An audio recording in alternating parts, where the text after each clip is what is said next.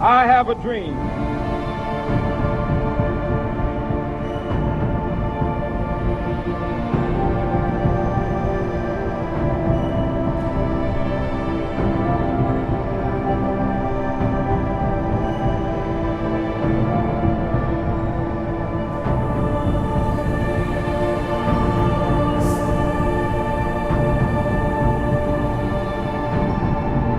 That all men are created equal.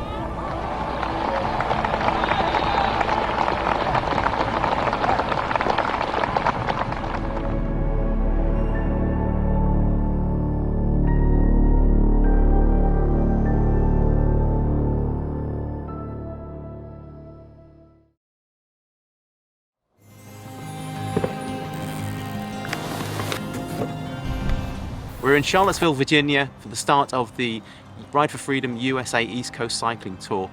The objectives of the tour are to raise awareness of human trafficking and child trafficking in the name of sport, to fundraise for Ride for Freedom, in particular our Freewheel program, which delivers support to survivors of modern day slavery through cycling, and also to seed a Freewheel Hub in the east coast of North America, USA, in Charlotte.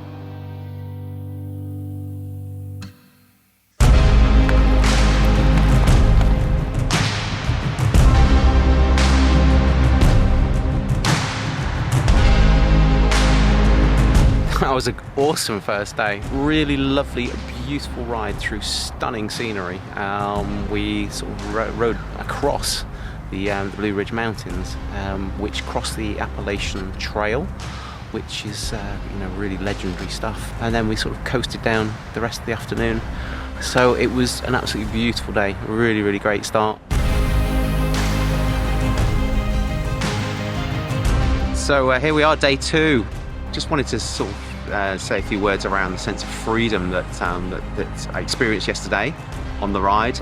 It's an incredibly empowering feeling to be cycling in this beautiful countryside that we're in now.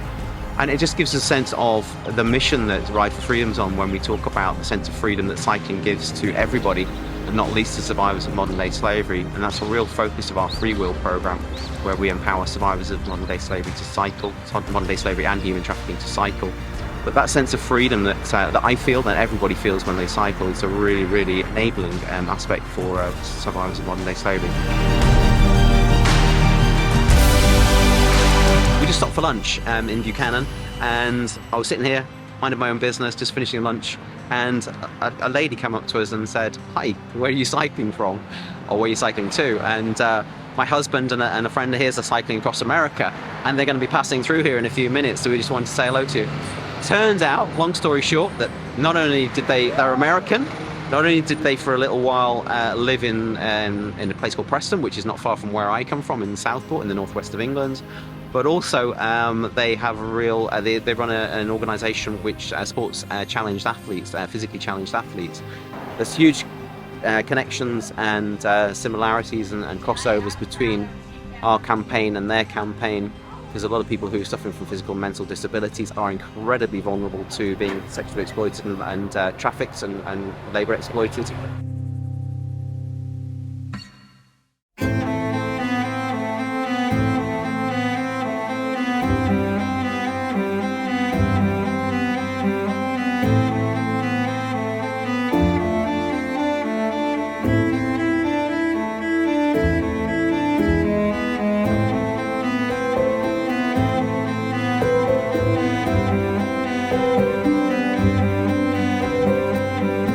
We're at an elevation of about 1,100 meters now. We've cycled up 3 really, really decent challenges today, decent climbs.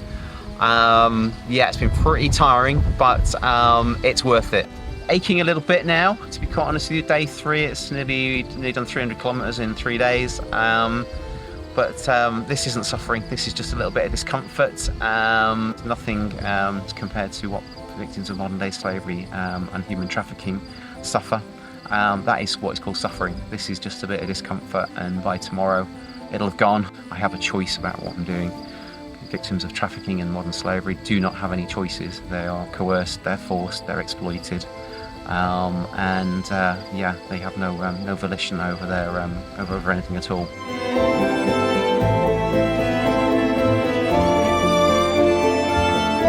that yesterday? That was pretty hard, wasn't it? That was tough, mate. That was really tough. We climbed about 2,000 meters, I think, in total. It was long. It was 6.5 hours, but it was beautiful.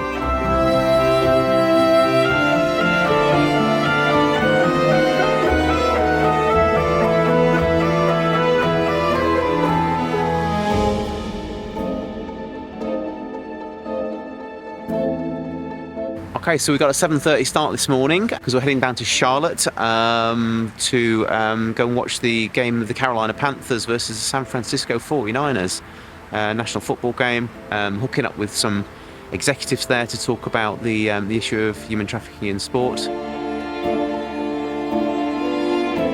So we made it to Charlotte city limits. It's the end of the first leg, which is from Charlottesville in Virginia all the way down to, as I say, Charlotte in North Carolina.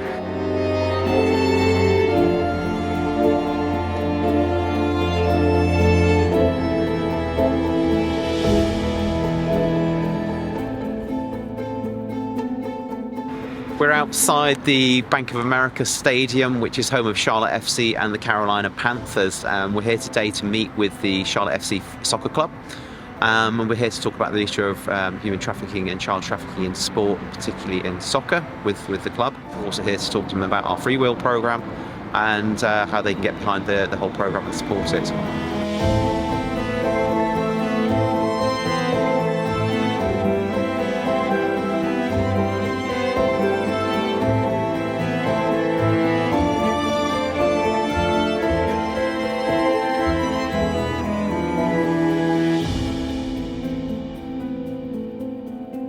Good. Here we all are, which is amazing. So it's the connection's been great. Yeah. Fantastic causes as well. Yeah, thank you. Are you very aware of it? Not completely. No, I mean I've read the bits in your bio absolutely. and stuff like that. Yeah, so. all that sort of stuff. This is the campaign that we're running. You're very welcome to keep that. Yeah. Give you one of these as well, Woody.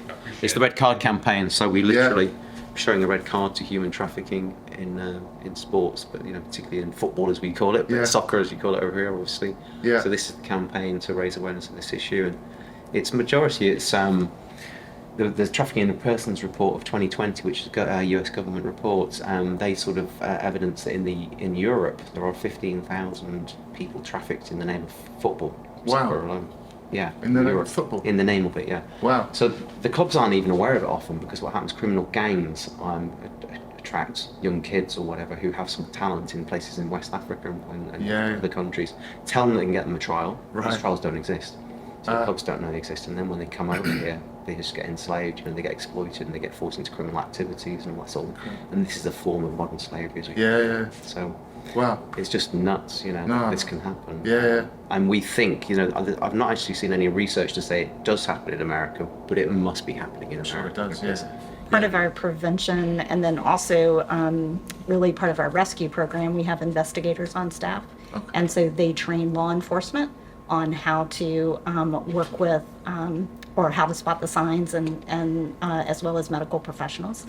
Because they oftentimes have come across them. They're usually that first line and may not realize that they have a trafficking victim in front of them. Yeah. So we've got our Carolina kit. Very nice. As some have called it, the Blue Arsenal kit. So if you're an Arsenal fan, there you go. We're meeting up with colleagues from Hope for Justice and A21 to discuss the seeding of a Freewheel program in the area, particularly in the Charlotte region. So our entity is called Ride For Freedom. That's the whole overarching program, and then we have a specific program which is called the Freewheel.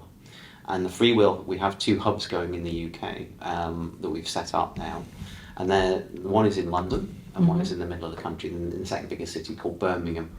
And the program is where we support survivors of modern day slavery, as we call it in England, but they can be human trafficking, they can be sexual exploitation, can be labour exploitation, and all of the different facets. And what we do is we support them by giving them bikes, and we give them helmets, locks, lights, all the accessories they need, and then we give them cycling training. So that's the kind of the model that we've got going in the UK. So we've got 2 off the ground this year, and our ambition is that we're going to roll out 2 more each year.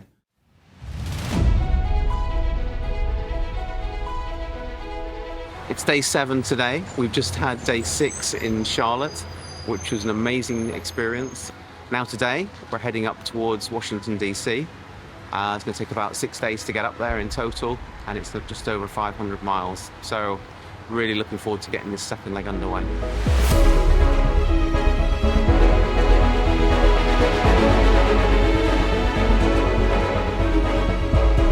Yeah, pretty tired. 6 hours in the saddle, a little bit of bum ache, but it's all for a good cause.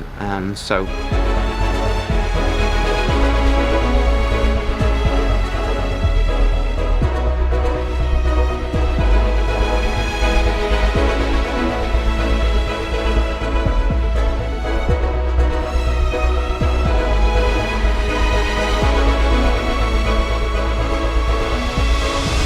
let's get this done.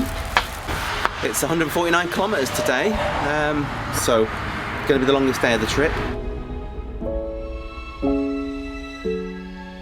Today is Mental Health Awareness Day, and it's just something that I'd really like to focus on, how much cycling supports my mental health if I'm feeling a bit down, feeling a bit blue, feeling a bit stressed out.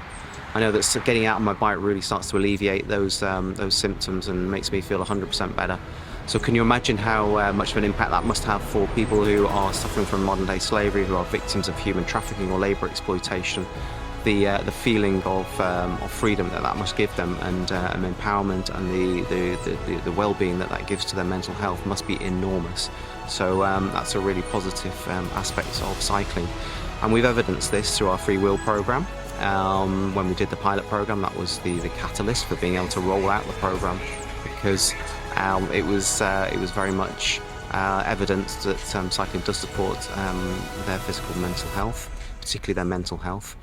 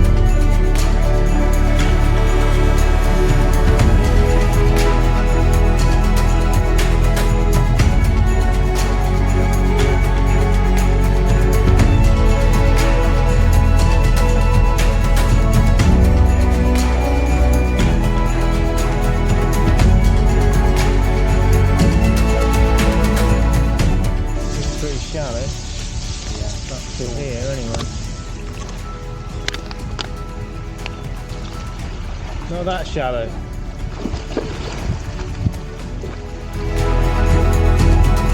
Just about.